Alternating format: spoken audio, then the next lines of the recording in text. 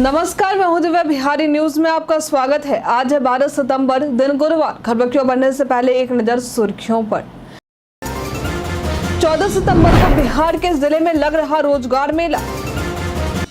इन अभ्यर्थियों को स्वरोजगार के लिए बिहार सरकार दे रही मुफ्त टूल किट। बिहार में 16 लाख से भी ज्यादा राशन कार्ड किए गए रद्द।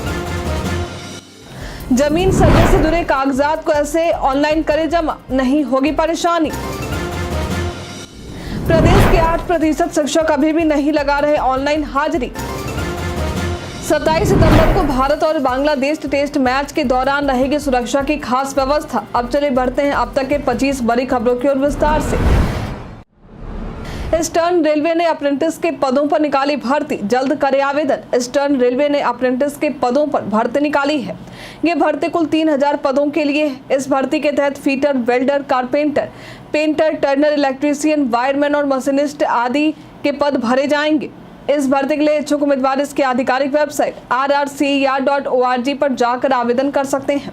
आवेदन प्रक्रिया 24 सितंबर से शुरू होगी और आवेदन करने की अंतिम तारीख 24 अक्टूबर है। इस भर्ती के लिए उम्मीदवारों को 50% अंक के साथ 10वीं पास और संबंधित ट्रेड में ITI की डिग्री होनी चाहिए। आयु सीमा की बात करें तो न्यूनतम 15 साल और अधिकतम आयु 24 साल होनी चाहिए। उम्मीदवारों का चयन मेरिट बेसिस पर होगा। भर्ती से संबंधित सटीक और अधिक जानकारी के लिए आप इसके आधिकारिक वेबसाइट और अधिसूचना को देख सकते हैं। जमीन सर्वे से जुड़े कागजात को ऐसे ऑनलाइन करे जमा, नहीं होगी परेशानी। बिहार में जमीन सर्वे की प्रक्रिया ऑनलाइन भी की जा रही है। इसके लिए रैयतों को कागजात ऑनलाइन जमा करने होंगे, लेकिन ऑनलाइन आवेदन करने के लिए कई लोगों को परेशानी का सामना करना पड़ रहा है। इसकी वजह है इससे संबंधित लिंक का ना खुलना। यदि सर्वे से संबंधित लिंक नहीं खुल रहे हैं तो कागजात अपलोड करने में परेशानी हो रही है, जिससे दूसरे राज्य या शहर में रहने वाले लोगों के अपने जमीन का सर्वे करवाना बोझ बनता जा रहा है। लेकिन इस मामले में विभाग के आधिकारिक सूत्रों ने कहा है कि कई बार लोग आवेदन के साथ अधिक संख्या में कागजात जमा कर रहे हैं, जिस वजह से कागजात अपलोड करने में परेशानी हो रही है। साथ ही सलाह दी गई है यदि जमीन से संबंधित कागजात अधिक हैं तो आवेदन भी अलग अलग करना चाहिए, ताकि फाइल छोटी रहे और आसानी से वेबसाइट पर इसे अपलोड किया जा सके। आपको बता दें कि जानकारी मीडिया खबरों के मुताबिक मिली है। बिहार पर्यटन में आज हम बात करेंगे नालंदा के बारे में। ये बिहार का एक जिला है जो अपने प्राचीन इतिहास के लिए पूरे विश्व में प्रसिद्ध है। नालंदा विश्वविद्यालय के कारण इस जिले की पहचान न केवल राष्ट्रीय बल्कि अंतर्राष्ट्रीय तौर पर भी है, जहां प्राचीन समय में सुदूर देशों से भी कई छात्र पढ़ने के लिए आते थे। इस ऐतिहासिक जिले में घूमने के लिए ऐसी कई जगहें हैं जहां आप जा सकते हैं। इसमें Hilsa circuit, Bihar Sharif circuit, Pawapuri Giriyak circuit, Nalanda circuit जिसमें नालंदा विश्वविद्यालय, कुंडलपुर आदि शामिल है। वहीं राजगीर सर्किट जिसमें राजगीर, ग्लास ब्रिज, घोड़ा कटोरा, सोन भंडार गुफा जैसी कई प्रसिद्ध जगहें शामिल हैं। इन अभ्यर्थियों को स्वरोजगार के लिए बिहार सरकार दे रही मुफ्त टूल किट। बिहार सरकार मुफ्त टूल किट के साथ अपने स्वरोजगार के सपने को साकार करने का मौका दे रही है। स्वरोजगार के लिए टूल किट वितरण के तहत electrician, fitter, mobile repair, beautician और प्लम्बर के प्रशिक्षण प्राप्त अभ्यर्थियों को फ्री में टूल किट दिए जाते हैं। 2023-24 में कुल 1666 अभ्यर्थियों को इसका लाभ मिला था। यदि आप भी इस पेशे से जुड़े हैं और स्वरोजगार के लिए उस पेशे से जुड़े टूल किट चाहिए तो आप बिहार सरकार के इस योजना का लाभ उठा सकते हैं। डायल 112 पर आ रहे कई अनचाहे कॉल को देखते हुए आम लोगों से की गई ये अपील। पुलिस, एम्बुलेंस जैसी कई आपातकाल सेवा के लिए हम डायल 112 पर कॉल करते हैं, लेकिन अब डायल 112 पर कई अनचाहे कॉल भी आ रहे हैं, जिससे परेशानी का सामना करना पड़ रहा। जिन लोगों को वाकई इसकी जरूरत है उन्हें भी इन अनचाहे कॉल की वजह से अधिक इंतजार करना पड़ता है। बिहार प्रमंडल के दूरसंचार विभाग ने जानकारी दी है कि इस साल जून में डायल 112 पर करीब 4 करोड़ से ज्यादा कॉल आए हैं, जिसमें कई बेवजह के कॉल की वजह से परेशानी बढ़ी।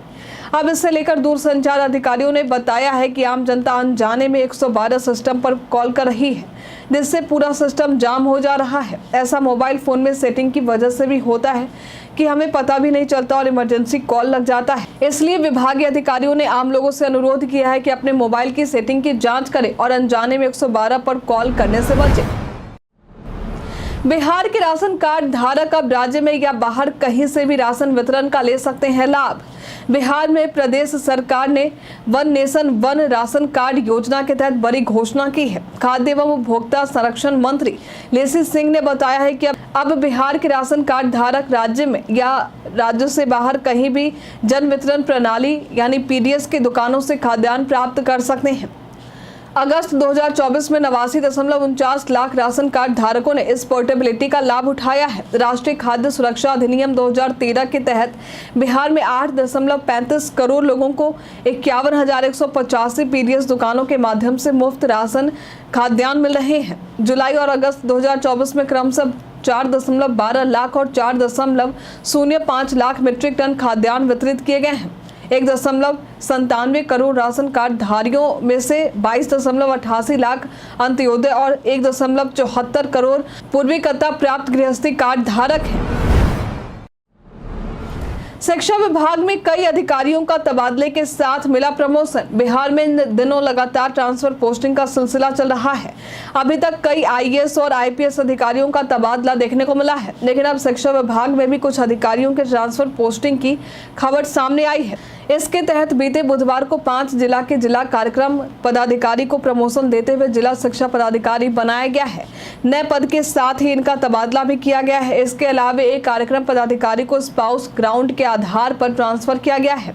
विभागीय अधिसूचना के मुताबिक पश्चिमी चंपारण के जिला कार्यक्रम पदाधिकारी योगेश कुमार को स्थानांतरित करते हुए अगले आदेश तक अपने ही वेतनमान में गोपालगंज के जिला शिक्षा पदाधिकारी के पद पर पदस्थापित किया गया है।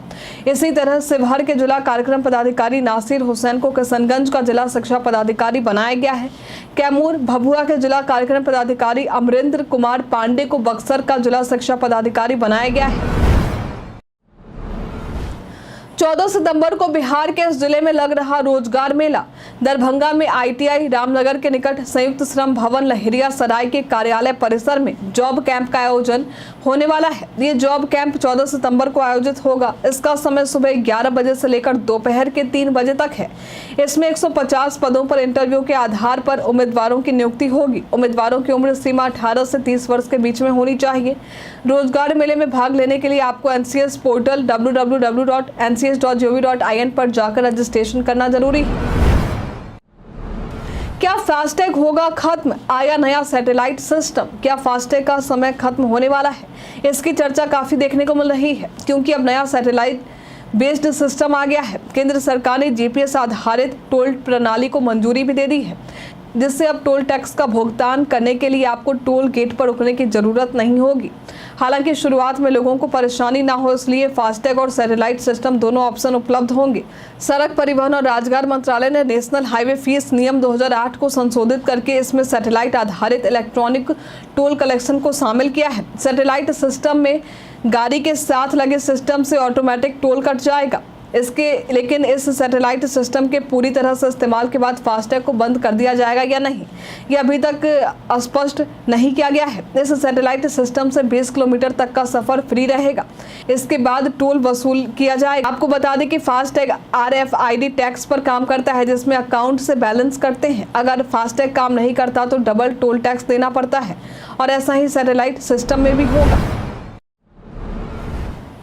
डेंगू के लक्षण और उससे बचाव के उपाय। प्रदेश में लगातार डेंगू का कहर बढ़ता ही जा रहा है। बढ़ते डेंगू के खतरे के बीच IPRD बिहार के जरिए प्रदेश सरकार ने इससे बचाव और सुरक्षा के कुछ उपाय साझा किए हैं। आपको बता दें कि डेंगू संक्रमित एसिड मच्छर के काटने से होती है। ये मच्छर दिन में काटता है और पानी में पनपता है। डेंगू मच्छर के काटने पर तेज बुखार, सर दर्द, जोड़ों और मांसपेशियों में दर्द, आंखों के पीछे दर्द, जी मिचलाना, उल्टी होना, खुजली और थकान जैसे लक्षण महसूस होते हैं। इससे बचाव के लिए मच्छर भगाने वाली क्रीम लगाएं। साथ ही आसपास में किसी भी चीजों में, जैसे फूल के गमले, टायर या किसी बर्तन में पानी जमने ना दें। फुल कपड़े और पहने, जिससे मच्छर से पैरों और हाथों को सुरक्षा हो सके। सोने समय मच्छरदानी का प्रयोग करें। पटना के गांधी मैदान में बीजेपी के हुंकार रैली में हुए धमाका मामले में पटना HC का बड़ा फैसला। पटना के गांधी मैदान में 27 अक्टूबर 2013 को बीजेपी की हुंकार रैली में बड़ा धमाका हुआ था। इस मामले को लेकर 4 आरोपियों को पटना हाई कोर्ट ने मौत की सजा सुनाई थी, लेकिन अब बचाव पक्ष की अपील पर सुनवाई करते हुए इन सभी के मौत की सजा को आजीवन कारावास में बदल दिया गया है, जिससे अब इन सभी आरोपियों को जेल में 30 साल गुजारने होंगे। वहीं 2 दोषियों के लिए निचली अदालत के फैसले को सुरक्षित रखा गया है। बिहार में 16 लाख से भी ज्यादा राशन कार्ड किए गए रद्द। बिहार में 16,37,000 राशन कार्ड को रद्द करने की बात सामने आई है।